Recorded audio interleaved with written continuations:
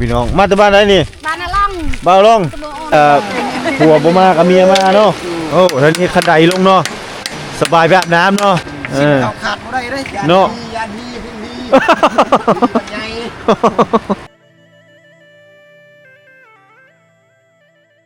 โอ้ผู้พี่น้องมาจากบ้านไหนนี่บ้านนาล่องบ้านล่องแล้วเหรอบ่เขานะฮะเขาเฮ็ดครัวแล้วเหรอบ่มีเขาให้แล้วเฮ็ดครัวเขาจำฮีดแล้วบ่ยังเนาะปอพี่น้องวายวา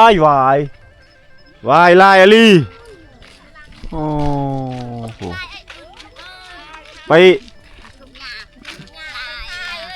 ทางไหนอีกอันนี้เมื่อบ้านโอ้โหพี่น้องเป็นสายเลยแต่เศร้าๆผู้ที่เห็นวิถีชีวิตเขาเจ้าไปขายเฮ็ดแล้วนี่เนาะโอ้ยังออกบ่หยุดอยู่เนาะเฮ็ดนี่เนาะเตี้ยนี่โอ้อันนี้พักอีตู้นี่พักนั่งตู้นี่มาแต่บ้านอลองมันบ่นี่อลองแยะเลยนู่ฝุ่นพี่น้องคักขจายย่างลายโอ้ฝุ่นพี่น้องอันนี้คือวิถีชีวิตของเจ้าในระหว่างเส้นทางการเดินทางในยามเช้าๆเนาะเอามาตอนเช้าเราจะเห็นบรรยากาศคือจังซี่แหละเห็นชาวบ้านเพิ่นกำลังไปขายเฮ็ดหรือว่าไปขายผักมีซีซอเนาะเป็นวายเป็นอย่างต่างๆสิ่งของที่เขาเจ้าหาเองจากธรรมชาติจากป่าจากดงจากเขาแล้วก็สิ่งของที่เขาเจ้าปลูกเองก็คือเป็นประเภทวายบ่พักบ่อย่างต่างๆเขาเจ้าจะนำเข้าไปขายในเมืองซึ่งเขาเจ้าจะย่างตีนเป้าย่างใส่เกิบนี่แหละเนาะโดยเส้นทางการเดินทางในการย่างนี่คือนี่แหละขัวเรียบร้อยแล้วเสร็จเรียบร้อยแล้วสามารถย่างข้ามมาได้โดยที่ว่าเฮาบ่ต้องใช้เรือแต่ก่อนนี่จะข้ามมาขายนี่ก็ยากเพราะว่าต้องได้จ้างเรือบักข้ามไปข้ามมาเนาะอันนี้ก็ถือว่าเป็นอีกอันหนึ่งที่เฮ็ดให้เขาเจ้านี่มีเครื่องป่าของหลวงและสามารถเอามาขายได้เอ้าบ่ว่าระยะห่างเดี๋ยวสิพาท่านผู้ชมไปเบิ่งขัวเพิ่นมาสร้างแล้วแล้วเฮาจะไปเบิ่งเพิ่นเฮ็ดทางเฮ็ดหยังต่างๆแล้วก็พิเศษพิธีของเพิ่นนั่นก็คือจะได้จ้ำฮีดอยู่ในนั่นก่อนจะเดินทางเอารถข้ามไปข้ามมาได้แล้วก็จะมีการกินหมูกินไก่รวมถึงการกินห่วมน้ำสาบานกันท่านผู้ชมสะพานไม้ไผ่แก้งอลองบรรยากาศยามเช้าน้องกลับสวัสดีท่านผู้ชมบรรยากาศยามเช้าสุดเก่าสุดเดิม เพราะว่าอากาศเริ่มหนาวแล้วพี่น้องเนาะปลายฝนต้นหนาวสำหรับคลิปวิดีโอนี้พาท่านผู้ชมมาเบิ่งบรรยากาศของขัวเนาะว่าสร้างเสร็จแล้วหรือบ่นี่พี่น้องรถสามารถไต่ไปได้มาได้แล้วนี่อันนี้คือความสะดวกสบายเนาะในการสัญจรเดินทางไปมาไปเลย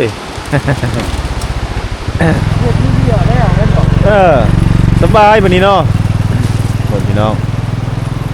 เราจะซิมาเป่งทางนี่เลยเนาะดูอันนี้แม่นเริ่มเรียบร้อยแล้วเนี่ยเขาจะเอาขี้หินเอาที่มันใหญ่ที่มันนักมาเต่งเพื่อให้มันเจ็บนี่ให้มันเจ็บลงบนกระเจ้าสารฝีไม้ลายมือพี่น้อง สารแบบละเอียดเลยนี่กระโทดยาวไปเลยบาดนี้เนาะเขาเจ้าเริ่มเฮ็ดแต่เช้าผู้ใดยังบ่ทันแล้วก็สารต่อเนาะเพราะว่าก็ยังว่านั่นแหละเนาะมันก็ต้องมีซ้ามีผิดพลาดเนาะหลายสิ่งหลายอย่าง ถือว่าบรรทุกเดินทางมาตั้งแต่เช้าเพื่อจะมาเก็บเอาภาพบรรยากาศย่านบ่ทันเนาะแต่สุดท้ายเขาก็มาทันเฉยเด้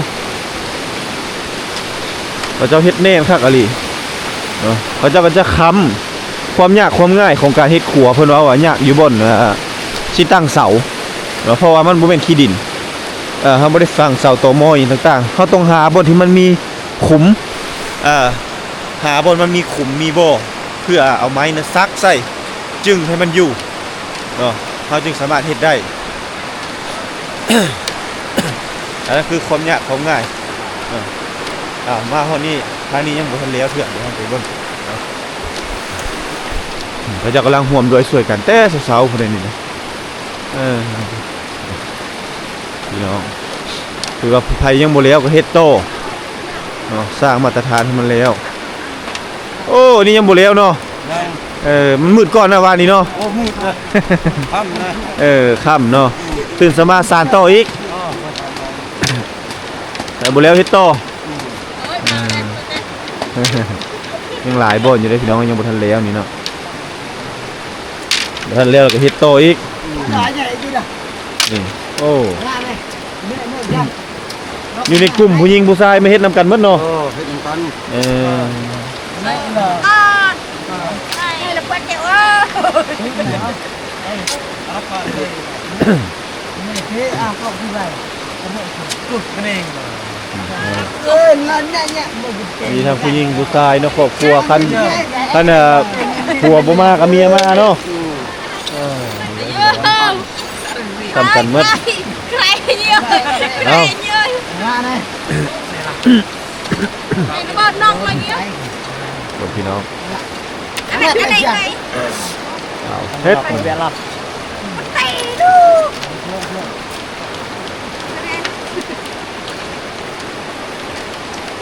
ไอ้ลุนหลักหลักหนึ่งสาม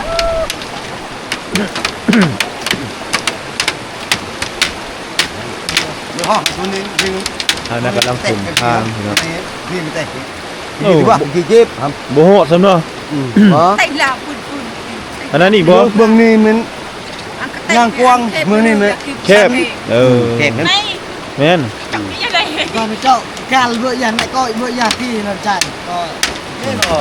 เบื่อเจ้าอ๋อ เกี่ยวในจานให้ตา อืม ให้ต่อออนลาก็เตะนี่ออนเท่ๆไป ไปก่อนกันเด้อ ไป ไปต่ออีกพี่น้องผู้ใดบ่นั่นก็เฮ็ดต่อนี่เนาะโอ้ท่านนี้ขันไดลงเนาะสบายไปอาบน้ำเนาะสบายไปอาบน้ำสบายไปหาปลาพี่น้องเอ้ยขันไดลงพร้อมเพื่อหอดยามนั้นมามันก็แห้งเนาะเขาจะเฮ็ดจุดลงไปอาบน้ำหาปูหาปลานี่แหละตามแก่งตามแก่งแม่น้ำเซละนองจุดท้องลุ่มเป็นจุดที่กระเจ้าเฮ็ดครัวหรือว่าสะพานนี่พี่น้องเห็นบ่เห็นแนงเห็นอยู่เนาะไกลๆพุ่นแหละถ้ามีตัวนั้นปุ๊บแล้วก็สะพานตัวนี้ก็สิบ่มีเลยเด้ก็สิเลื่อนล่างหายไปหรือว่าหมดไปแล้วนี่อันนี้เขาเจ้าเฮ็ดไม้จับไว้เวลาเฮาลงไปอาบน้ำแบบหยังให้จังบ่ตก หรือว่านักท่องเที่ยวเดินทางมาตัวที่เขาเจ้าตอกไม้นี่ก็คือเฮ็ดเป็นขั้นนี่ผู้ใดเฮ็ดแล้วเขาเจ้าก็จะเฮ็ดเป็นขั้นเพื่อ ป้องกันบ่ให้รถตกอีหยังต่างๆเนาะนี่เพราะว่ายานรถตกรถอย่างแล้วมันสิไปเสียบไม้เสียบหยังนั่นเด้นี่บ้านชวน มาชวน โอ้เฮ็ดแล้วเลยเนาะ บ่แล้วบ่วันนี้ บ่แล้วว่ะมืดก่อนเนาะ มือก่อน มืดก่อนข้ามก่อนมื้อนี้สารต่อ ตอกมือเบิ่มอันนี้มือเบิ่มแล้ว โอ้ตอกมือตัวเองเนาะตอกมือเบิ่ม ถึกเอ้ยถึกแล้วบ่ไป เที่ยวดอก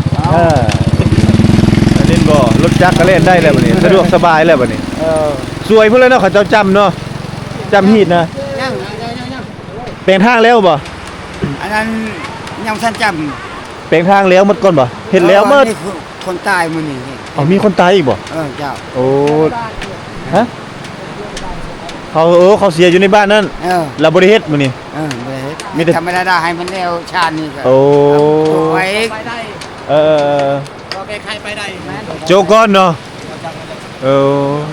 ถือว่าแล้วปรุงซบมันยังก่อนแล้วจังได้จำเนาะ จำเฮ็ดยังไง โอเคอ่ะฮู้แล้วบาดนี้พี่น้องเอ้ยโอ้นี่เนาะผู้หญิงกับแม่เฮือนก็มาเฮ็ดเนาะผัวไปไสมื้อนี้ พวกคาเวีย ผัวคาเวียกฮีดคองในบ้านบ่ เจ้า บอกคนเสียชีวิตนั่นเนาะไปช่วยเฮือนนั่นดีพีตายพี่น้องเอ้ยก็เลยว่าผู้หญิงต้องได้มาเฮ็ดแบบนี้เนาะเฮ็ดนำกันได้หมดเด้พี่น้องเอ้ยเมื่อวานนี้มีเฮาเห็นแต่ผู้ชายเป็นส่วนหลายเนาะแต่มื้อนี้ผู้ชายคาเวียกญาติพี่น้องเพิ่นเสียนี่ต่างๆแล้วก็เพิ่นเป็นผู้มาเฮ็ดโอ้เขาเจ้าเบ็ดเอาวายเอาของป้าของดงไปขายเมื่อกี้นี่ก็ผ่านตัวนี้แหละเนาะบัดตอนยังบ่ทันมีครัวนี่เด้ถ้าเจ้าไปทางใดไปขายเครื่องในเมือง ไปทางเฮือเสียเงินบ่ไปทางเฮือพายเอาขี่เฮือจักนี่แหละขอไปนะข้าเจ้าเนาะคิดว่าเสียบ่ได้เสียเนาะ โอ้ไม่บ่พอบ่โอ้ไปตัดไม้อีกเนาะ ไม่บ่พอผู้พี่น้องหลายคนเติมด้วยบ่พอนี่จะไปตัดไม้บ่ตุกคิดว่ามันสิพอมันบ่พอสุดท้ายคือว่าสร้างวิศวกะเขานี่บ่ธรรมดาเนาะ ในการกะตวงเอามาจังเท่าใดที่ว่าสุดยอดพี่น้องเอ้ยนี่อันนี้เขาเจ้ากำลังซ่อมแปลงทางเนาะเพราะว่าในบ้านมีคนเสียชีวิต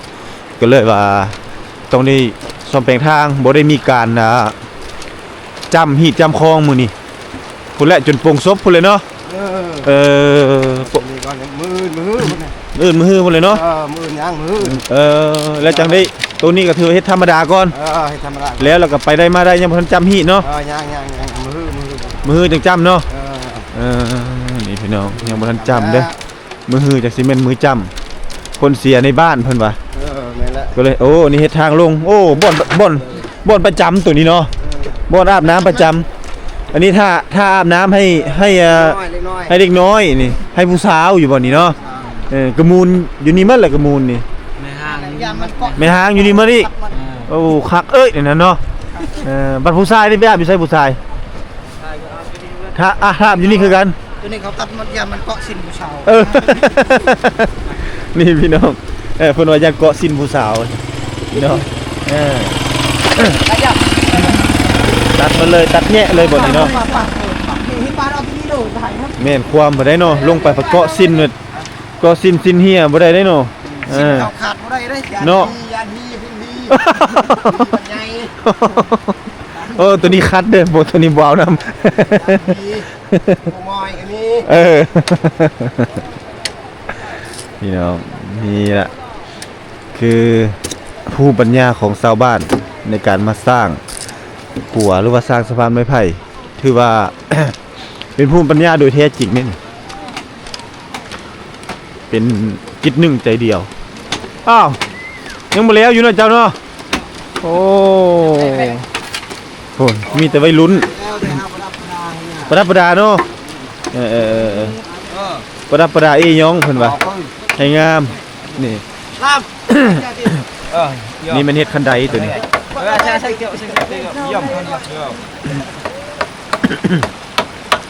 เฮ็ดคันไดบนไตลงอาบน้ำได้หัวหน้าก็แกล้งมากโน้ตไปอะไรเลยแต่แนะนำและไปไว้รอบไว้นึงก็ให้กันหมดนี่ตัวดายาวเวียนและออดมีในแกนอะไรบายพี่น้องไม้ใหญ่ๆมาใส่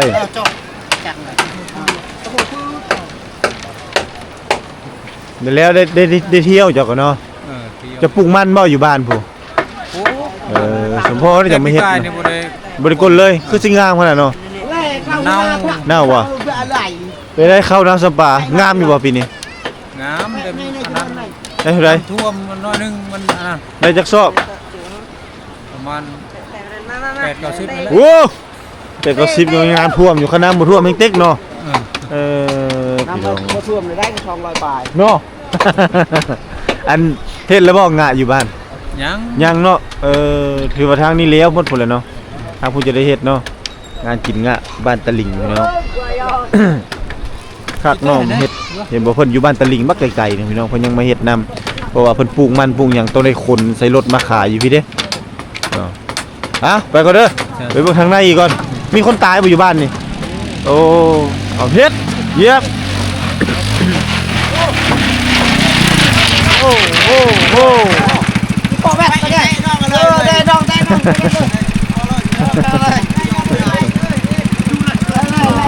เฮ็ดเบิ่งรถจักรนี่เล่นสบายเลย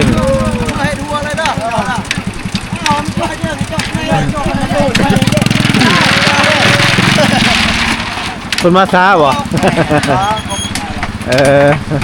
ไม่ครบแล้วเนาะมาเห็นหัวซะเด้ก็โยกกันพี่น้องมาเบิ่งทางนี้หลังจากที่เขาสร้างครัวแล้วเด็กน้อยก็สามารถเล่นลงมาลิ้นได้มีหลายสิ่งหลายอย่าง การคมนาคมขนส่งก็สะดวกสบายเนาะไปมาหาสู้กันได้แบบนี้มาเที่ยวมาถ่ายรูปถ่ายห้อยอีสังหลายๆอย่างเนาะถือว่าไปได้มาได้หมดทางนี้กำลังขุดขี้ดินพี่น้องเนาะเพื่อจะถมทางให้รถไปมาสะดวก ดิไปซื้อข้าวได้พี่น้องเอ้ยนี่ไปซื้อข้าววะผู้พี่น้องนี่เห็นบ่นี่คือว่าครัวนี่ผ่านปุ๊บนี่ข้าวน้ำซ้ำปากอะข้าวยากมากเพลง ไปซื้อข้าวมาแต่ในเมืองซื้อข้าวซื้อเหล้าอีกเนาะโอ้ซื้อปูนนี่ครบมาเลยได้แบบนี้นะพี่น้องเอ้ยนี่ครบหมดนะ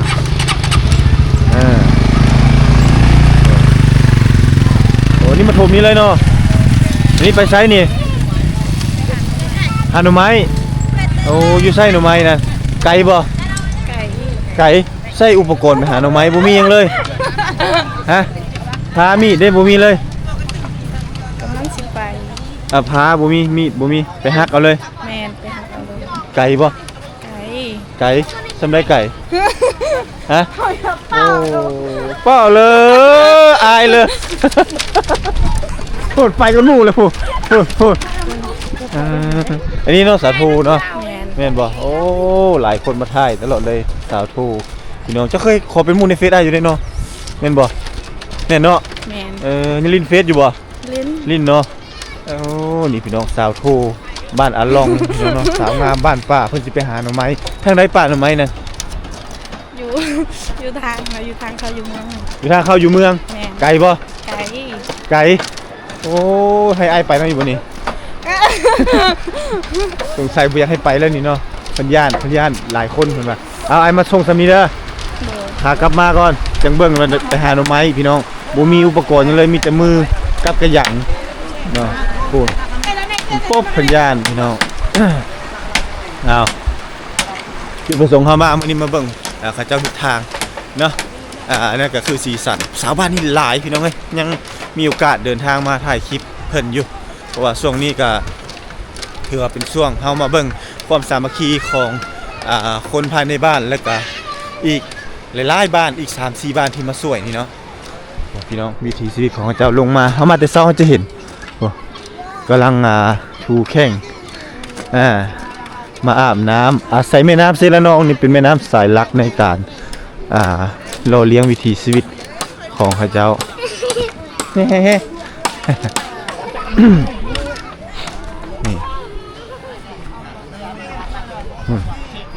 เล็กน้อยพี่น้อง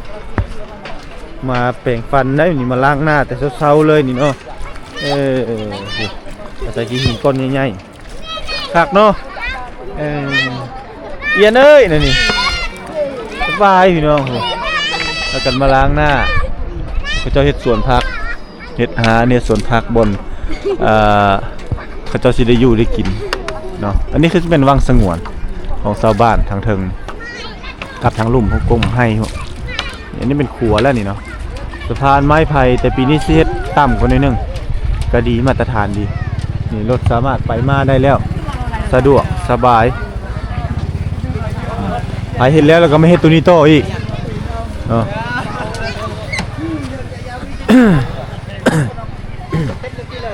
โอ้พี่น้องพุดเอาดินใกล้ๆนี่แหละเจ้าเฮ็ดพี่น้องโอ้ต้องแทงบ่นี่ นี่เท่ ดินนี่ สบายห้ามเอา สบายหามเนาะ กว่าจะใส่ชวนเลยมันน้อยมันลาย แม่นเลยได้หลายบ่เข้าปีนี้ จะได้เลยต้องกินเลย ต้องกินเนาะ พอตกแน่อันนั้นพอแห้งเลยเอาน้ำนั้นจมน้ำเลย เข้าจมน้ำอีกเนาะ จะเข้าจมน้ำพี่น้องกำลังถมเลยซื้อเป่าไม้ไหม้มาแล้วก็พากันขุดเนาะ นี่ทรายสกัดหันแหงร่วมด้วยช่วยกันนั่นนี่นะถ้าเราจกสวนนี่บางที่พี่น้องจกสวนนี่เต็มไว้อยู่หรอก แล้วก็ต้องหามนั่นผู้เขาจะสละเขาจะเฮ็ดเดี๋ยวนี้เฮ็ดเดี๋ยวนี้สบายหามส่งสละเลยเฮ็ดเดี๋ยวนี้เลยทิมเปิงมีลอกแม่เอ้ยว่าตัวนี้ละคักบ่มีเป่าแล้วก็ชาดเอาไม่เป่าก็ชาดเป่าใส่เป่าใส่เป่าอีเนาะแต่ก่อนบ่มีเป่าใส่ไม้เอาซาเอาเป่าก็เอาภูมิปัญญาเนาะ ไป เด็กพี่น้องนั้นได้ความบนเหนือความพยายามบนเหนือความสลาดเนาะหัวคิดของคนเฮาเฮ็ดได้มันสิสบาย โนหามใส่เป่านี่ยากๆนิดนึงมันนัก หามตัวนั้นยังนักได้หามตัวนั้นได้โอ้ อันนี้นี่สบายแบบนี้ใครเนี่ยแบบนี้เนาะนี่แหละคือภูมิปัญญาของชาวบ้านพี่น้องในการ ทางตัวนั้นเขาจะโตกกันไว้เพื่อบ่ให้มันดินไหลเนาะบ่ให้ดินเจือนเวลาฝนมามันยังต่างๆมื้อนี้แม่นบ่ได้จำแม่นบ่ที่คลอง แม่นยังอี2มื้อจังเขาจำ โอ้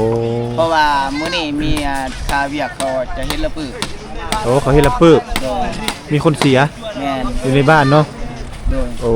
เพราะว่าเสียตอน6โมงมื้อแรกวัน เมื่อวานนี้ แม่น โอ้อันนี้เนาะสาเหตุที่บ่แล้วเนาะ แม่น ปลาหมดเนาะ โดย โอ้แล้วก็เข้าไปรวมกันอยู่ในบ้านไปอบอุ่นครอบครัวที่เสียชีวิตในบ้าน โดย แล้วมื้อนี้มาสานต่อให้มันแล้วให้มันสำเร็จอีก2มื้อแล้วมันจังได้จ้ำ โดย โอ้นี่พี่น้อง ขอบใจหลายๆพี่น้อง แสดงถึงความสามัคคีนี่แบบนี้คักแบบนี้นี่โอ้ขี้แตกเลยแบบนี้ ห้ามลายเถื่อนี่บ่ได้เด้เอวฮักได้นี่เลย Chân haram pa chưa mà chưa phải har là. เอาเลยเจียเฮียเหรอ อันนี้สิบ่เอาเต็มเลยนี่เอาเต็มลายโอ้บ่ไหวเอ้ยนี่ Em mau video cho anh nhà một rang. Ngoan việc nông này tầm như này. อ้าวไปอันนี้ใส่รถจกเลยอ้าวรถจกกวดไปเลยทางนี้เนาะ นี่เพราะว่าบ่อนนี้มันน้ำมันเซาะเจือนลงมาตามห้องนี่มันไหลลงมานี่เราต้องได้เอาดินมาใส่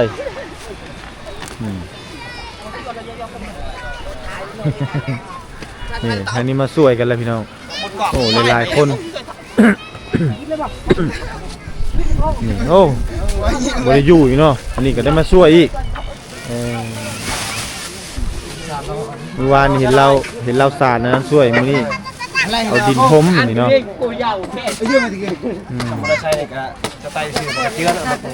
เนาะต้องได้ใส่ด้วยนะมันแน่นเนาะตอนฝนตกมันก็เจือนเทอละน้อยการสัญจรไปมาก็ลำบากนี่พี่น้องร่วมด้วยช่วยกันนาลีนะข้าเจ้าเลย ดินเนาะผู้เดียวเลยบ่มีไผมานำหมื้อนี้มาผู้เดียวคิดว่าเขาเจ้าสิจ้ำเด้สิฮอเมื่อแล้วแต่ว่านี่ ไอ้สิฮอเมื่อแล้วมีแต่ค่อยผู้เดียวมื้อนี้ลุยคิดว่าสิมาเห็นตอนเขาเจ้าจ้ำมานะ บางlàอีก2มื้อ 2 มื้อเนาะ2 มื้อท่านผู้ชม มื้ออื่นก็บางทีก็ต้องใส่กัน โอ้2 มื้อมื้อนี้วันที่9 10 11โอ้มื้อบุญทรงเฮือโลดเขาเจ้าจ้ำเนาะ แม่น ทางนั้นเปิดตู้ตึมทางนี้จำลองกินน้ำสบายกันหมดเลยนี่เนาะ แม่น จูที่มานี่เนาะปีนั้นข่อยมาเขาเจ้ากินอยู่นี่แหละนี่เนาะแค่นี้แหละเขาเจ้าเฮ็ดอยู่นี่แล้วก็มีไก่มีหมู3 ปีหลังนะเนาะคิดว่าสิบ่ได้เฮ็ดปีนี้ได้เฮ็ดคือเก่าเนาะ ปีสุดท้าย ปีสุดท้ายมีครัวแล้วสบายแล้วมื้อนี้เนาะขับรถโค้งพุ่นเลยเนาะมันข้ามขัวพุ่นเลยมื้อนี้เนาะตัวนี้ก็สิมีแต่ลงมาอาบน้ำซื่อๆบัดนี้เนาะสิบ่มีเลยเด้อพี่น้องเด้อสิกลายเป็นครัวในตำนานเลยเด้อนี่เนาะครัวสะพานไม้ไผ่แกงอาลองเมืองนองแขวงสะหวรรณเขตพี่น้องอันนี้คือความหัวไม้หัวมือของชาวบ้าน บ้านชวนไปเดี๋ยวจะพาขึ้นไปเบิ่งบรรยากาศทางด้านเทิงพี่น้องเพราะว่าเฮาเบิ่งทางด้านลุ่มเฮาก็จะได้เห็นบรรยากาศที่กระเจ้าพากันสร้างสาเป็นน้ำจิตหนึ่งใจเดียวในการสร้างครัวนี่เนาะถือว่าซ้ำว่าอยากเลี้ยงภายในมือเดียวเลยก็ว่าแม่นเนาะถือว่าโดนแล้วพี่น้องที่บ่ตุกบ่ได้เดินทางมาบ้านอาลองพี่น้องอันนี้เป็นจุดที่เขาเจ้าสร้างขึ้นมาเพื่อเก็บเงินตัวนี้เนาะโอ้ลิ้นโทรศัพท์อีกมื้อนี้ลิ้นเกมอีเนาะนี่พี่น้องอันนี้เป็นจุดเก็บเงินเวลาเขาเจ้าขี่รถไกลไปไกลมาเขาเจ้าจะมาเก็บเงินอยู่นี่เนาะตืดขึ้นมาต้องจ่ายเงินแล้วก็จะติดป้ายใส่รถจักรรถน้อยรถใหญ่รถบรรทุกเต็มบ่เต็มอันนี้หาค้าซุ่มโซนสบายดีบ้านชวนไปดีชวนถ่ายดิ ถ่ายเอ้ย เนาะนี่เจ้าของร้านพี่น้องครบเครื่องของเพิ่นขายอยู่นี่เนาะเป็นเขาเอิ้นว่าเป็นร้านค้าชุมชนหรือว่าเป็นเซเว่นเนาะเซเว่นในชนบทพี่น้องก็สิประมาณนี้ เครื่องของที่เพิ่นนำมาขายมาเอามาแต่เมืองบ่ได้นี่ได้เนาะหมดแล้วก็ขี่รถเข้าไปในเมืองขออนุญาตเด้อนี่พี่น้องเป็นร้านค้าน้อยๆเนาะอยู่ในชุมชนเลยนี่ครบหมดเลยอยู่ในนี้เนาะผู้มีตู้เซ่นะพี่น้องพุ่นมีหมดเลยเนาะเครื่องของเพิ่นไปเดินทางไปมาเที่ยวเนาะอยากน้ำบ่เนาะหรือว่าจะได้ขนมแจกน้องๆที่บ่ได้เกียมมานี่แวะหานเพิ่นเลยใกล้ๆนี่แหละบ่แพงพี่น้องเนาะถ้าตีเป็นเงินไทยก็ถุงละบาท2บาทถุง5บาท10บาทประมาณนี้แหละพี่น้องมีหมดเครื่องของที่เพิ่นนำมาขายอยู่ในนี่ใครอยากกินจีหนังก็มี เนาะนี่พี่น้องบรรยากาศ โอ้มีไฟแสงสีพอได้พี่น้องเอ้ยกลางค่ำกลางคืนนี่มีขายผักมีซีโซ่เนาะผักกะหล่ำผักกาดขาวเนาะบรรยากาศยามเช้าวิถีชีวิตเพิ่นเรียบง่ายโอ้เดี๋ยวพามาเบิ่งเรืออันนี้เป็นเรือพี่น้องโอ้เรือที่เขาเจ้าประดิษฐ์สร้างขึ้นมาเองโดยภูมิปัญญาของชาวบ้านล้วนๆนี่แหละในการสัญจรในช่วงหน้าฝนที่เขาเจ้าบ่มีขัวหรือว่าบ่มีสะพานข้ามไปเขาเจ้าก็จะใช้ตัวนี้โดยที่เขาเจ้านำใช้เรือนี่เป็นที่เขาเจ้าผลิตขึ้นมาจากโยมนี่ก็คือมาจากถังน้ำมันหรือว่าเป็นเศษซากของยนต์ในสมัยสงครามเนาะแล้วเขาเจ้าเอามาตีเพ่ตัดออกแล้วเฮ็ดตีเป็นเรือสามารถนำใช้ได้จนเส้นลูกลานเลนโลดพุ่นละเนาะมีแต่ไม้นี่แหละมันสิโดกก่อนแล้วก็หาไม้ตัวใหม่มาถ่ายมาเปลี่ยนเพราะว่ามันเป็นโยมบ่แม่นเล็กคันเล็กขี้เมียงมันสิกินแต่ระบบนี้นี่มันขี้เมียงบ่กินพี่น้องนำใช้ได้ตลอดเลยอันนี้คือสิ่งที่เขาเจ้านำใช้เพื่ออำนวยความสะดวก